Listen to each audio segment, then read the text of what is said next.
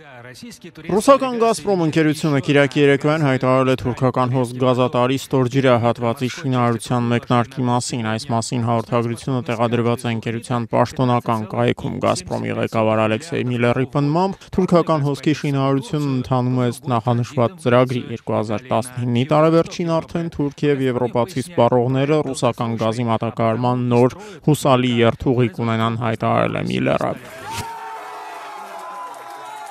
Գերմանիայի դաշնային կանցլեր Անգելա Մերկելի ղեկավարած Քրիստոնյա-դեմոկրատական միությունը հաղթել է կիրակի օրը Շլեզվիգ-Հոլշտեյն երկրամասում կայացած տեղական ընտրություններում, ստանալով քվեների 33%-ը, ընդդիմադիր սոցիալ-դեմոկրատների օգտին է քվեարկել ընտրողների 26%-ը։ Գերմանիայի առաջատար քաղաքական ուժերը Շլեզվիգ-Հոլշտեյնում, ինչպես նաև մի շարք այլ երկրամասերում կազմակերպված տեղական ընտրություններն ընկալում են որպես լուրջ փորձություն սեպտեմբերի 24-ին կայանալիք Բունդեսթագի ընտրություններից առաջ։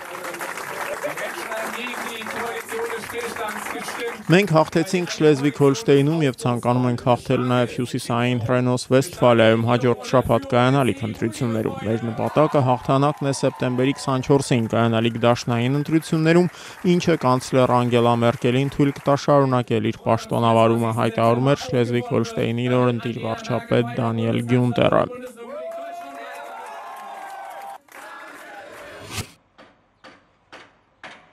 Թուրքիան պատրաստվում է պատկառուցել Իրանի հետ պետական սահմանի ողջ երկայնքով քրդական աշխատավորական կուսակցության զինյալների մուտքը երկիր կանխելու համար։ Այս մասին հաղորդում է Հյուրի հետ պարբերականը, վկայակոչելով Թուրքիայի կառավարության բարձրաստիճան անդամներից մեկին։ Իրանի տարածքում քրդական աշխատավորական կուսակցության թվով 6 ճամբարներ են գործում, որոնցում տեղակայված է 800-ից 1000 զինյալ։ Նրանք հատում են սահմանը, հարձակումներ իրականացնում Թուրքիայի տարածքում և վերադառնում Իրան։ Հյուրի հետին է փոխանցել թուրք պաշտոնյան թերթի տեղեկություններով, Իրանում տեղակայված քրդական ջոկատները հիմնականում գործում են Հայաստանի սահմանակից շրջաններում, Հարարատ լեռան ստորոտում և Իգդիրի գավառում։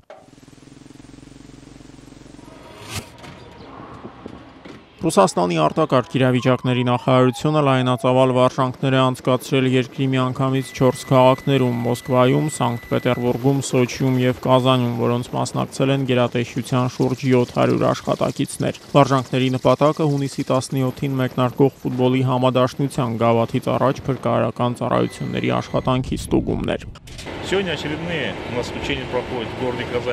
Այսօր Կազանում անցնող հերթական վարժանքները կազմակերպվել են համադաշնության գավաթի նախապատրաստական աշխատանքների շրջանակում, հայտարարում էր Թաթարստանի փրկարարական ծառայության ղեկավարը։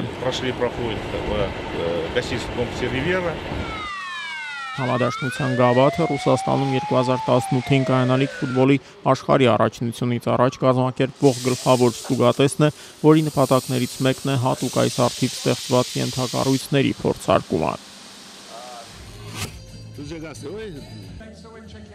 Աշխարհահռչակ Դիեգո Մարադոնան հնգամյա դադարից հետո կրկին որոշել է զբաղվել ֆուտբոլային գործունեությամբ։ Արգենտինայի հավաքականի նախկին ավագը մարզելու է Արաբական Միացյալ Էմիրությունների առաջնության երկրորդ խմբում հանդես եկող Ալ-Ֆուջայրա թիմը։ Այս մասին Մարադոնան գրել է Facebook-յան իր էջում։ 2012 թվականից ի վեր աշխարհահռչակ ֆուտբոլիստը հանրային և մասնագիտական ակտիվություն չէր ցուցաբերում։ Մինչ այդ նա մարզել է Արգենտինայի ազգային հավաքականն, ապա նաև Արաբական Էմիրությունների առաջնությունում հանդես եկող Ալ-Վասլի թիմը։